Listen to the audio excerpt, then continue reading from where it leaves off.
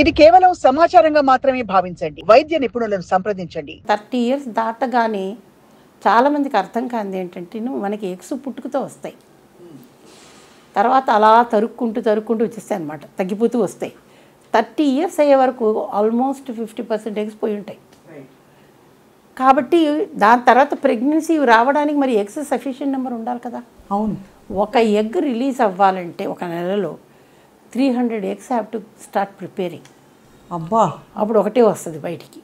కాబట్టి మనం పుట్టినప్పుడు యాక్చువల్లీ 2 మిలియన్ ఎగ్స్ ఉండాలి, కానీ by the time A girl మెచ్యూర్స్ అది 60,000కి పడిపోతుంది. అంచేత అది పడిపోయినప్పుడు ఏమవుతుందంటేను ఆ 60,000 ఒక్కొక్క నెలలో ఇలా 300-400 వెళ్ళిపోతూ ఉంటే అందరికీ 60,000 ఉండాలని ఎక్కడ లేదు కదా. అదొక రేంజ్ అంతే.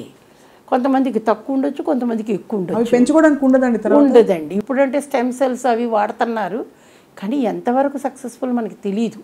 ఈ స్టెమ్ సెల్స్ అన్నవి కూడా they are only in research realm, కాబట్టి అది పెద్ద ప్రాబ్లము. ఆ రీసెర్చ్ రియల్మ్లో అంటేను చాలామంది ఏమనుకుంటున్నారంటే ఒకసారి రీసెర్చ్ అనేది అర్థం కాదు. న్యూస్ పేపర్స్లో ఆర్టికల్స్ చదివేస్తారు, టీవీలో వింటారు, వినేసి అందరూ ఇది చేయించేసుకోవచ్చు, నాకేం ప్రాబ్లం లేదని అనుకుంటారు.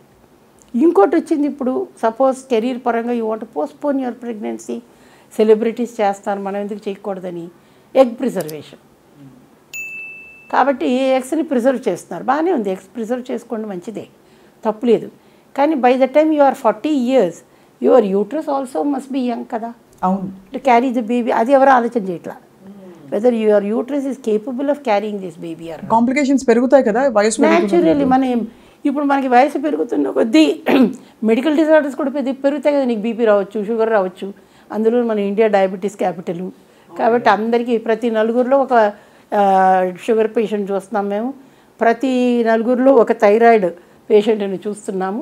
ఇవన్నీ ప్రాబ్లమ్స్ వస్తాయి, బీపీలు రావచ్చు, అండ్ ఇందాక చెప్పినట్టు ఒబిసిటీ. అవును.